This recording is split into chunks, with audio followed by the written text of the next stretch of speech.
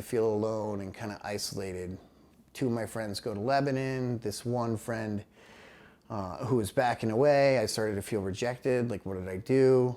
And in my journey, I got exposed to marijuana again through a family member, and I started to kind of run with it. I called my friend back up and I was like, hey, I can get it. I'm like, if you want to hang out again. And so like that was kind of like my way to try to mend that relationship, was to bring the substance back into the middle of it. And I was like, okay, so I can get this substance for other people and they'll technically be my friend. And so partying became kind of the norm. At about 15 years old, so this is like into my 9th grade year, come winter time, I had gone snowboarding and with my younger sister, and I broke my arm and my shoulder dislocated. So I had 2 surgical pins put in my arm, and the surgery was pretty intense. At that time I was put on Percocet, and I really liked the feeling that gave me. It reminded me when I was in traction and it was put in my ice cream, and it's like this warming sensation, and kind of like more of my pain went away. And I actually had taken more of my Percocet than was prescribed. I just began down this chain of, okay, and maybe I can share this with some of my friends. And I had overdosed on my Percocet, and still was in a ton of pain, even though I'm like covered in hives, I'm throwing up, and my arm is still throbbing and aching. And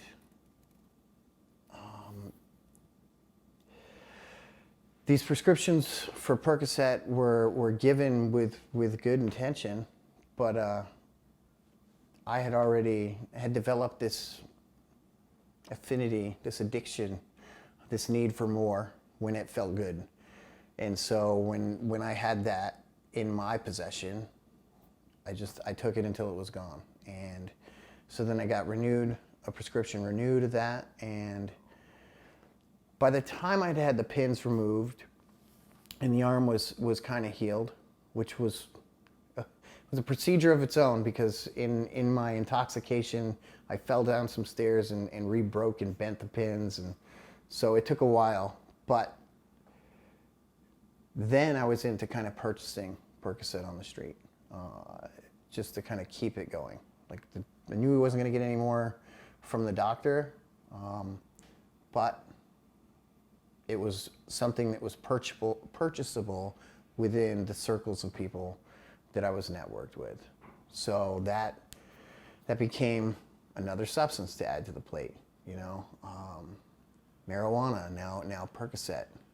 It wasn't every day, but it became like an every weekend or once every 2 weeks, when I could buy 100 of them or so, and my friends and I would all just sit in my room and devour them until they were gone, whether it was snorting them or eating them. For me, that's when other drugs started to come into the mix. I learned about festivals, and I started to experiment with hallucinogens, mushrooms, LSD, and always had this guard up, like I'll never touch ecstasy because it's this bad, but I'll do mushrooms because they're grown. So I had this justification that what I was about to try was okay because I'll never do that. But those guards kept getting pulled down throughout this journey, and like a new substance was brought on board. You know, it started off as cigarettes in the very, very beginning, but I'll never do drugs. And then it was marijuana, and then it became something that I was prescribed, that became abused, and then it became just even more. It just started to stockpile. At 17 years old, nobody knew how to cope with this tragic loss of my brother. So I had just written off caring. I just was like, okay, like, this is what life is going to be like. I'm just going to party until the end, live fast, die young, and have a good-looking corpse on my way out. And that was like the motto that I lived by. I tried to take my life several times.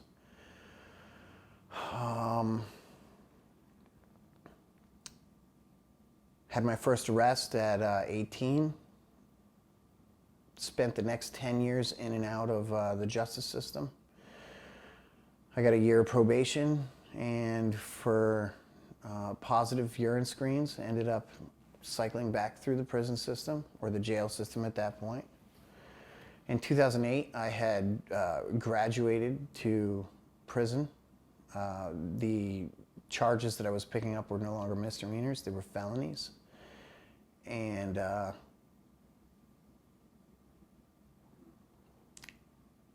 I had my first shift.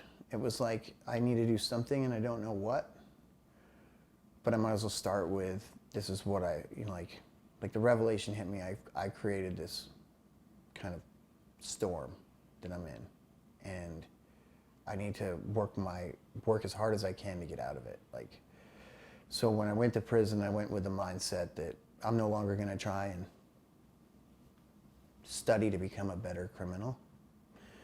I'm going to put my focus into getting my education and staying away from all the trouble that there is in there.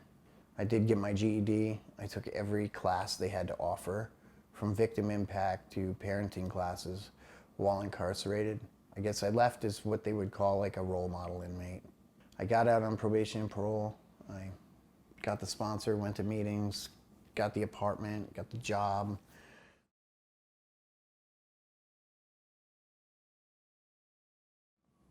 Every time I dislocated, in order for them to get it back in the socket, or in order to reduce it, I needed to be medicated. I needed to be put under and given pain medication.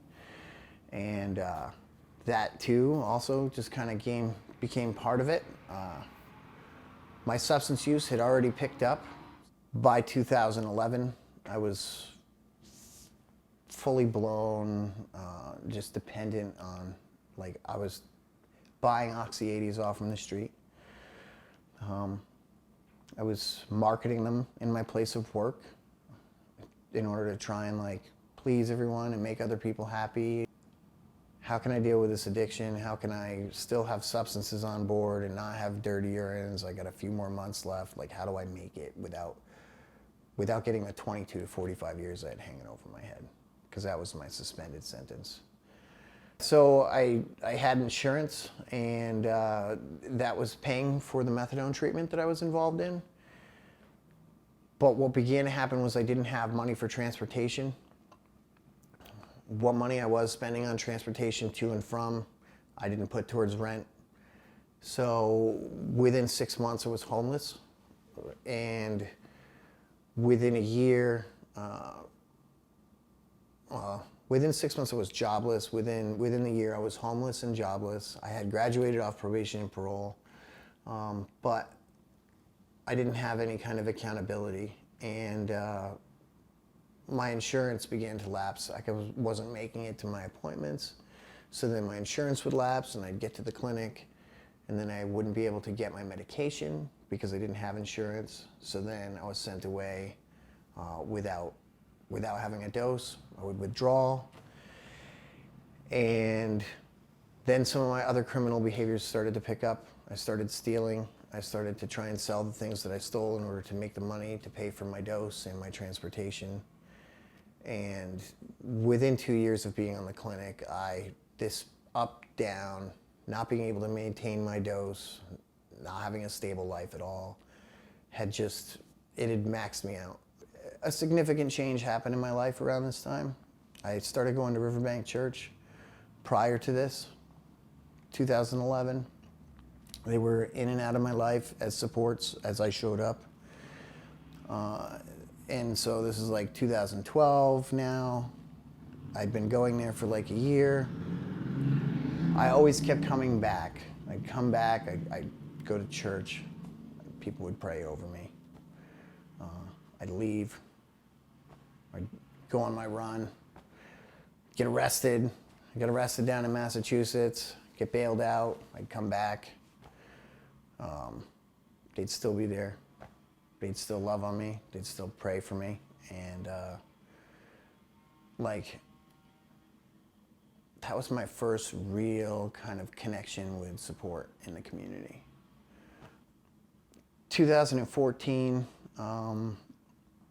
I had needed surgery on my shoulder, and I finally, like, I had the insurance. I was going to a medical center to have this operated on. I had a torn labrum, and so I had this first surgery, and while I was healing from this, the pain medication gamut had started back up. I actually had tripped in a parking lot as I was running across it over a rock and ruptured my ACL, MCL, and LCL ligaments. And so I needed surgery on that leg. And the surgeon looked me dead in the eyes and he goes, "Why didn't you tell me you were a junkie?" And it cut right through me, you know, just cut right through the mask, and I didn't know what to say. He goes, "While I was in your leg, I could have easily nicked myself and caught whatever you have." He goes, "We did all the surgeries today. I'm not going back in there." He goes, "Possibly we could have nicked your peroneal nerve and you might have a 30% chance of walking. So this is how it is. You're going to get medication while you're here. You're going to get a script when you leave here for this many days, and that is it. That is where it ends." And that was both a blessing and a curse, because it was what I needed to hear, but it hurt, and it didn't promote me seeking any help for it. It just kind of pushed me deeper into my cycle.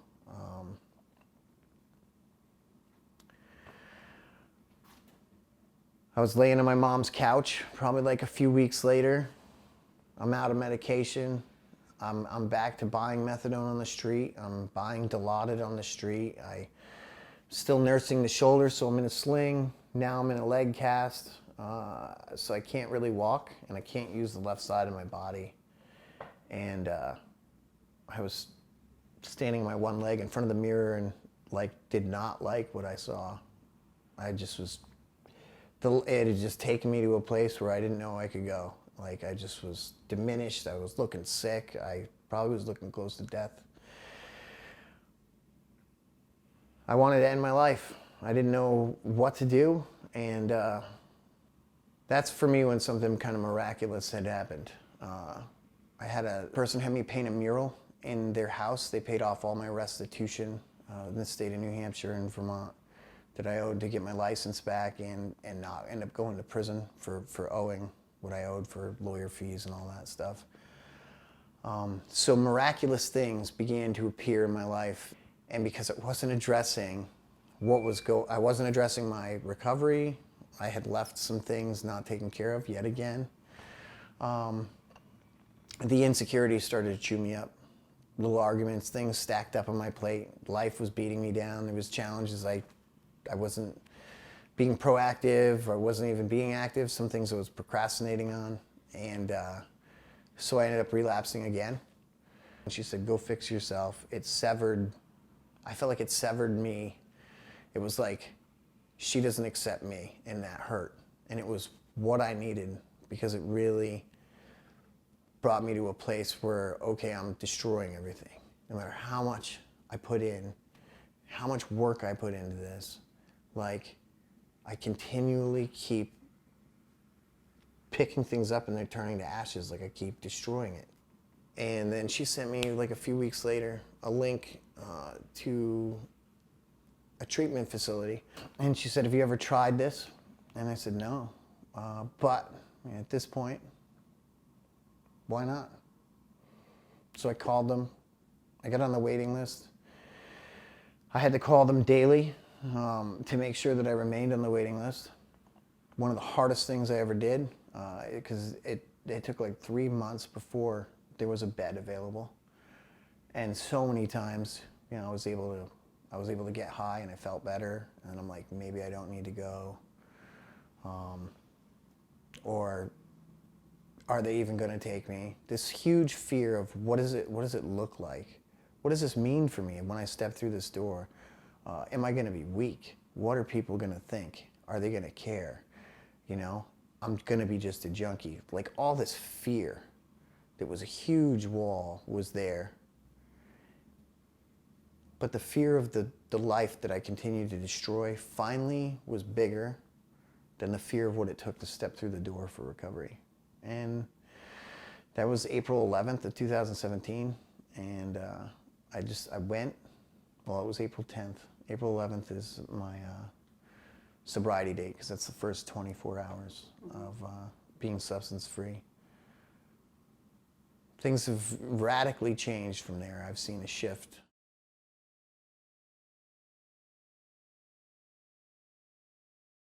I went into treatment for 28 days. I got out after 28 days and I was still withdrawing.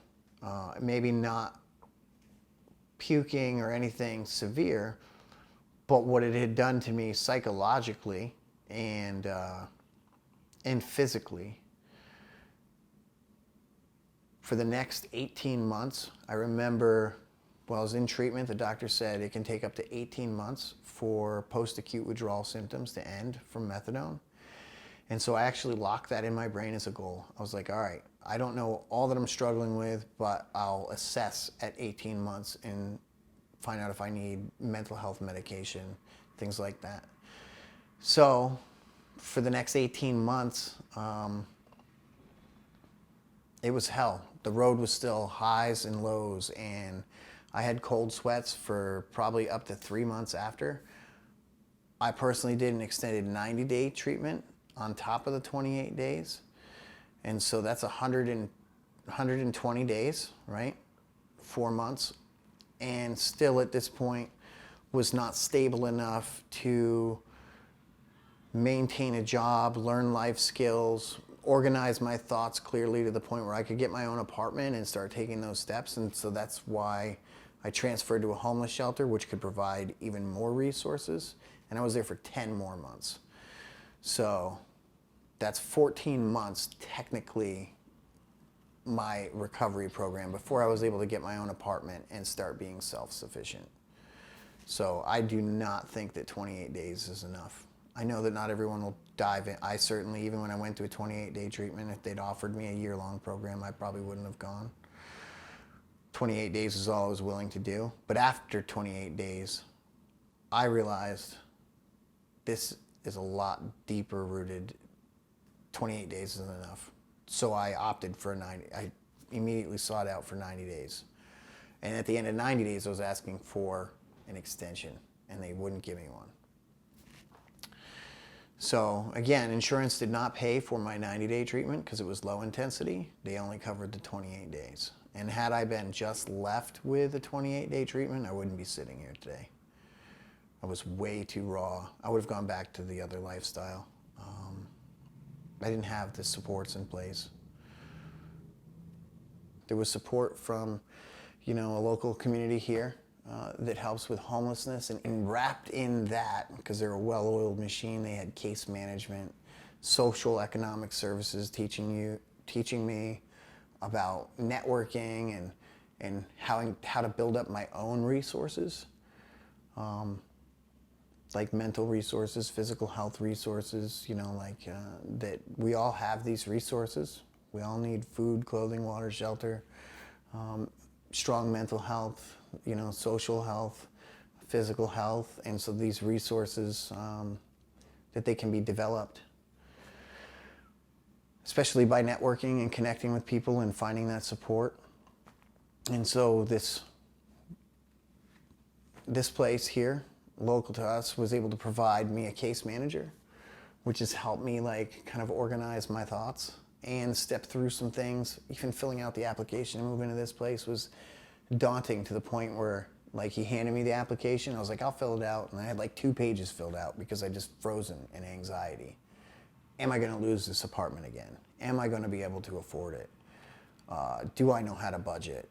I don't. I've destroyed everything I touched. So I had all this internal dialogue and fear that having a case manager helped me, And then I started this program while I was there that's a blessing in and of itself. That's trained me on how to be a recovery coach, how to be a community health worker. And it's provided opportunities for me to step back through the doors of the hospital that I was once kicked out of permanently and told that would never be lifted. And now I'm able to work there. And now there's support, like some of my hospital bills have been forgiven. They've been lifted. There's a lot more support now. I'm finding a lot less gaps. And that's like, I mean, it's brought me to here. There might have been opportunities for you to go into drug treatment at many of the steps that you talk about. Can you talk about the pros and cons of your internal motivation and the offers that might have been there that would have helped you feel the need for treatment and get there sooner? That is a very, very awesome question. Might be loaded because there's a lot of that internal dialogue and motivation that had to be created by me. So my journey had to almost kind of take me to a place where it ground off some of that resilience. But part of what was in my way was stigma.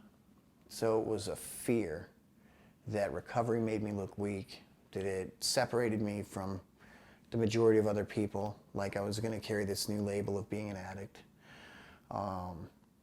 And that alone was enough for me to just resist it naturally. And so that became a part of my internal dialogue. Had that been personified in a new light, like that it was, well, now I say recovery rocks so that people can understand that it's good. It's good to be in recovery, and you can be recovering from anything. I think that seeing it in a different light would have totally helped. I think that being provided those opportunities, not as a, how do I word this? So like, not as an intervention when trouble happened. So, and intervention is probably not the right word to use, but say when you get a dirty urine, when they call it dirty, and then they're like, here's treatment, you know, like even through the prison system, getting in trouble and then having treatment being a way to get out of trouble, or a way to kind of like, if it was more as an opportunity, you know, if it was personified as an opportunity and viewed as something good rather than not, I think it would have helped tremendously in my journey. The language around it now I see is shifting. It's still a huge thing, you know, to be called a junkie, or even looked at it like a moral decay. Like, why would you make poor choices like that? You know, why would you? It's just, I think that would have changed it a lot. So I'm grateful to see a lot of that shift happening now. But I think that even today, that if treatment for substance use disorder was framed and looked at as, you know, a really positive thing from everyone, from the doctors, from police officers, from society as a whole, you know, rather than, oh, my friend's got a drug addiction, it'd be like, oh, my friend's in recovery. You know, like, I think that the more that it's looked at in a positive light, it would reduce that stigma. It would help people with those internal barriers. Are there ways in which the healthcare system, or the people in it more particularly, can show respect, love, support effectively for people whom they encounter who may be in very dark places? Yeah, I would have to say treating people with non-judgment communication skills, treating them like they're people. I think that even trying to like make, if somebody's struggling with substance use or they're in a really dark place, to like maybe specialize that treatment can still kind of separate that, but to just normalize it. Like and that'd be one way. And then I guess it would be real compassion. Like maybe trying to like sit with a patient in it, understanding it. And if not normalizing it. And speaking, being honest, I've never been there. I don't really know what you're going through, but I want to help you. How can I best help you? You know, and not being scared off from what they're struggling with. Consistency, I would have to say that's huge. If people struggle in really dark areas, they need someone to kind of come in their life and be consistent and show up and not continue to pawn them off like to another therapist.